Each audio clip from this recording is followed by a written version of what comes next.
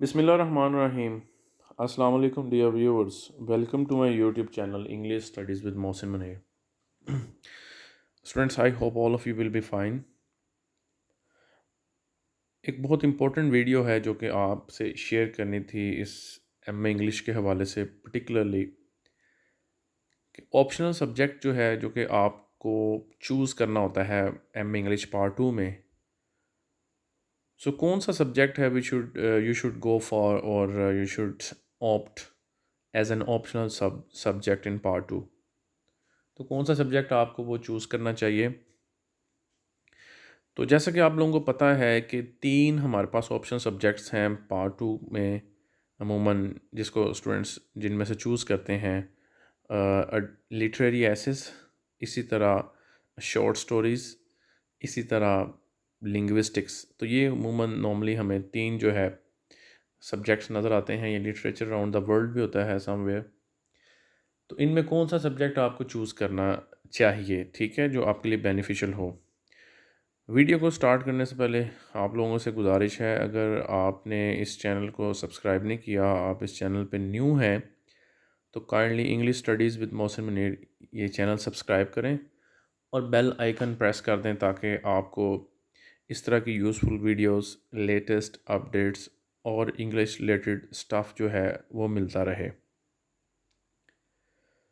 Student, इसके अलावा अगर आपको एम ए इंग्लिश से रिलेटेड कोई गाइडलाइन चाहिए, बी ए के इंग्लिश से रिलेटेड, ग्रामर से रिलेटेड, आइल्स से रिलेटेड, इंग्लिश स्पीकिंग स्किल्स से रिलेटेड, या आप कोई ऑनलाइन क्लासेस लेना चाहते हैं एम ए इंग्लिश से रिलेटेड, सिंगल पेपर की प्रिपरेशन के लिए, बी ए की इंग्लिश के लिए, इस तरह डिफरेंट चीज़ों के लिए, तो आप मुझसे व्हाट्सएप पे कांटेक्ट कर सकते हैं 0324 422 5566। तो स्टूडेंट, बात करेंगे कौन सा सब्जेक्ट जो है वो चूज़ करना चाहिए एज एन ऑप्शनल सब्जेक्ट। तो सबसे पहले अगर हम बात करें लिटरेरी एसेस की, जिसमें हिस्ट्री ऑफ इंग्लिश लिटरेचर आ जाती है कि रेनेसांस एज क्या थी, विक्टोरियन एज क्या थी, शेक्सपियर पे अगर आ जाता है, मिल्टन्स ग्रैंड स्टाइल आ जाता है। तो इस तरह के एसेस हैं लिटरेरी एसे जो कि आपको पेपर में एक ही लिखना होता है। मे बी 7 एसेस वो देते हैं, या पहले 9 भी आते थे। इसी तरह शॉर्ट स्टोरीज़ का आपके पास पेपर है।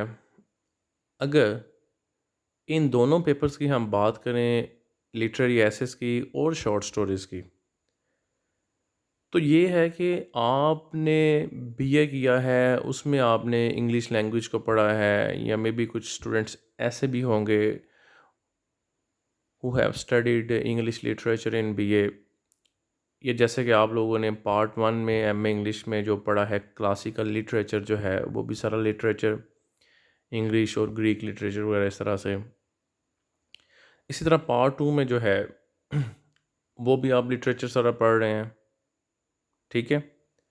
तो अगर आप इन सब्जेक्ट्स में से कोई चूज़ करते हैं, लिटरेरी एसेस में से या शॉर्ट स्टोरीज़ में से, तो आप जो हैं वही एक लिटरेचर की डोमेन में है, रेंज में है, जो कि आप ऑलरेडी आपने पहले भी क्लासेस में चीज़ें पढ़ी हुई हैं, आप एम इंग्लिश में भी पढ़ रहे हैं, तो आप लिटरेचर में ही मतलब ऑलरेडी उसको पढ़ रहे हैं, तो उसमें कोई न्यूनेस नहीं है, ठीक है। तो लिटरेचर जो है, इसमें आपने अपने आइडियाज़ को एक्सप्रेस करना होता है कई तरह से, ठीक है, कि पैराडाइज लॉस्ट एपिक है या नहीं है। आप डिफरेंट किस्म के उस पर मटेरियल देखते होंगे, क्वेश्चंस देखते होंगे, आप अपनी तरफ से भी थोड़ा सा उसको जो है ना एक्सप्रेस करते हैं। लिटरेचर बेसिकली आप कोई क्वेश्चन अटैम्प्ट करते हैं तो आपके अपने आइडियाज़ की इंटरप्रिटेशन का जो एक्सप्रेशन का नाम भी है, ठीक है। जबकि अगर आप बात करें लिंग्विस्टिक्स के सब्जेक्ट की, तो वहाँ पे आपको बिल्कुल टू द पॉइंट और रेलिवेंट रहते हुए आंसर देना पड़ता है। वहाँ पे आप अपने पास से जो है ना इस तरह से एक्सप्रेस नहीं कर सकते चीज़ें जिस तरह के आप लिटरेचर में करते हैं। वहाँ पे अगर आपको ये बताना है कि मॉर्फोलॉजी क्या है, स्टडी ऑफ वर्ड फॉर्मेशन, इसके कौन से अहम जो हैं एलिमेंट्स होते हैं मॉर्फोलॉजी में, जिस तरह मॉर्फ होता है, मॉर्फीम होता है, ठीक है।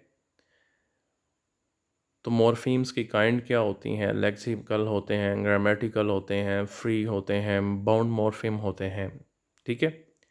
Class changing morpheme, class maintaining, तो इस तरह की डिफरेंट चीज़ें वहाँ पे आपको टू द पॉइंट रहते हुए लिखना पड़ता है। तो बात हम ये कर रहे थे, इन सब्जेक्ट्स में से, ऑप्शनल सब्जेक्ट्स में से हमें कौन सा चूज़ करना बेहतर रहेगा।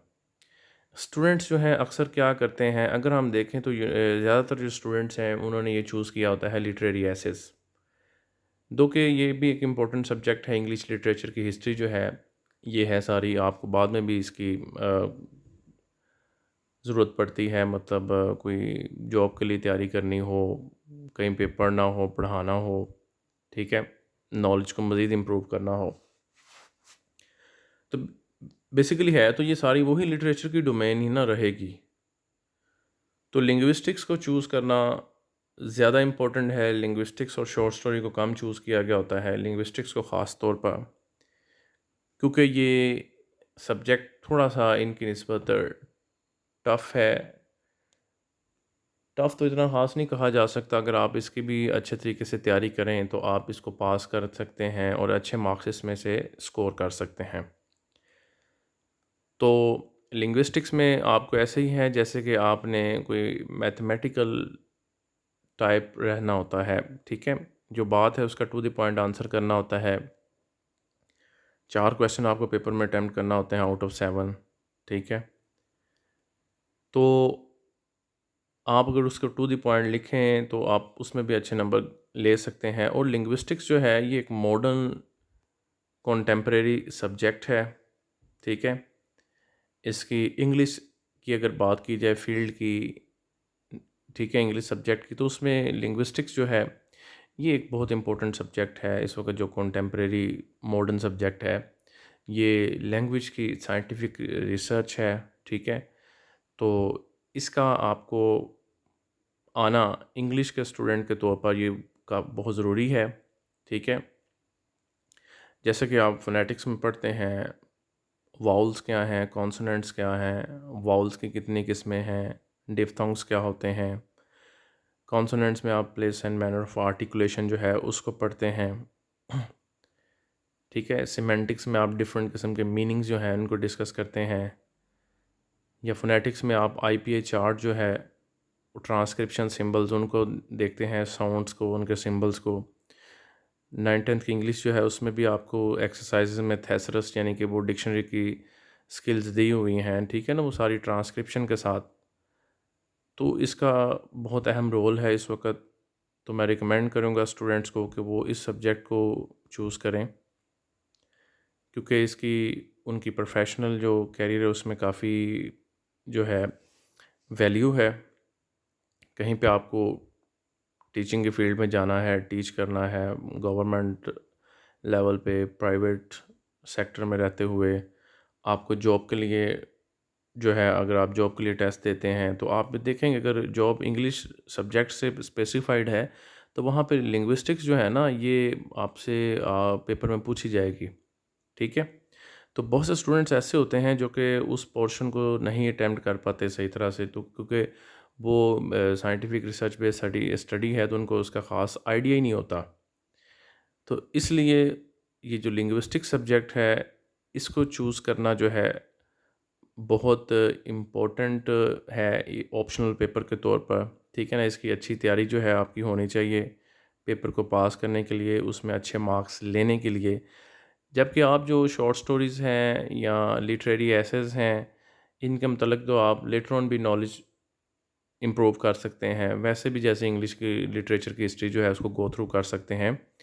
तो लिंग्विस्टिक्स जो है ना ये पढ़ना जो है, लिंग्विस्टिक्स जो है इसकी मतलब वो आपको स्किल्स का पता होना वो ज़रूरी है, ठीक है। इस सब्जेक्ट का आपको नॉलेज जो है इंग्लिश की फील्ड में रहते हुए वो होना ज़्यादा बेनिफिशियल रहेगा आपके लिए, ठीक है। क्योंकि जॉब्स वगैरह का जो रिटन टेस्ट है इंग्लिश से रिलेटेड जो हैं, इंटरव्यू वगैरह में भी इस पे क्वेश्चनिंग की जाती है, ठीक है। तो बहुत से स्टूडेंट जिन्होंने इसके मतलब कुछ पढ़ा ही नहीं होता, मतलब लिंग्विस्टिक सब्जेक्ट को चूज़ ही नहीं किया होता, तो बाद में फिर उनको काफ़ी जो है कन्फ्यूजन का सामना करना पड़ता है। तो स्टूडेंट ये एक इम्पोर्टेंट वीडियो थी जो आपके साथ शेयर किया। बहुत से स्टूडेंट इस पे पूछ रहे थे सर कि कौन सा सब्जेक्ट जो है ये एक बेहतर चॉइस रहेगी। ठीक है, तो वो थोड़ा सा इजी रहते हुए शॉर्ट स्टोरी को चूज़ कर लेते हैं या एसेस को चूज़ कर लेते हैं। तो मेरी जो रिकमेंडेशन है वो लिंग्विस्टिक्स है, तो इसको आप जो है करें। ठीक है, तो आपको मज़ीद कोई इन्फॉर्मेशन चाहिए हो लिंग्विस्टिक्स के मतलब, तो आप मुझसे व्हाट्सएप पे कांटेक्ट कर सकते हैं। तो मैं लिंग्विस्टिक्स पे और भी कुछ वीडियोस दूंगा कि कौन कौन से एरियाज़ को आप पेपर पॉइंट ऑफ व्यू से कवर कर लें। ठीक है, so will meet you next time. अल्लाह हाफिज़।